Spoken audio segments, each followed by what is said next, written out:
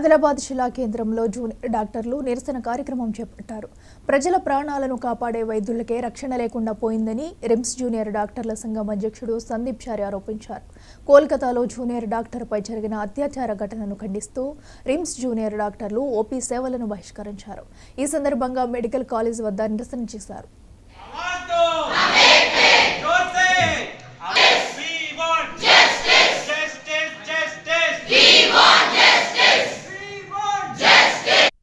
జరిగింది.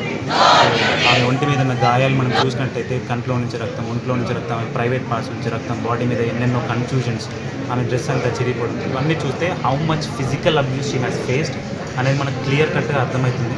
It is not just about a doctor, it is not just about 1%. ఇది యావత్ భారతదేశం త్రూ అవుట్ ఇండియా ఒక సిగ్గుచేటుగా తీసుకోవాల్సిన విషయం. బికాస్ మన పాస్ట్లో చూసుకుంటే నిర్భయ అని ఒక కేసు అయినప్పుడు అది ఎంత బ్రూటలో, ఇది అంతకంటే అరాచకమైందనే చెప్పాలి. ఇలాంటి వాళ్ళని వెంటనే శిక్షించాల్సిందిగా మేము కోరుతున్నాము. అండ్ ఇంకోటి ఏంటంటే, మెడికల్ కాలేజ్లో ఎవరైతే ఈ అఘాయిత్యానికి పాటుపడ్డారో వాళ్ళైతే ఇప్పటివరకు ఎవరు అనేది క్లియర్ కట్గా చెప్పలేదు. ఒక వ్యక్తిని అయితే అరెస్ట్ చేశారు, వాళ్ళే కల్పిట్ అని చెప్తున్నారు. But there are many more bigger hands and many more bigger brains involved in this.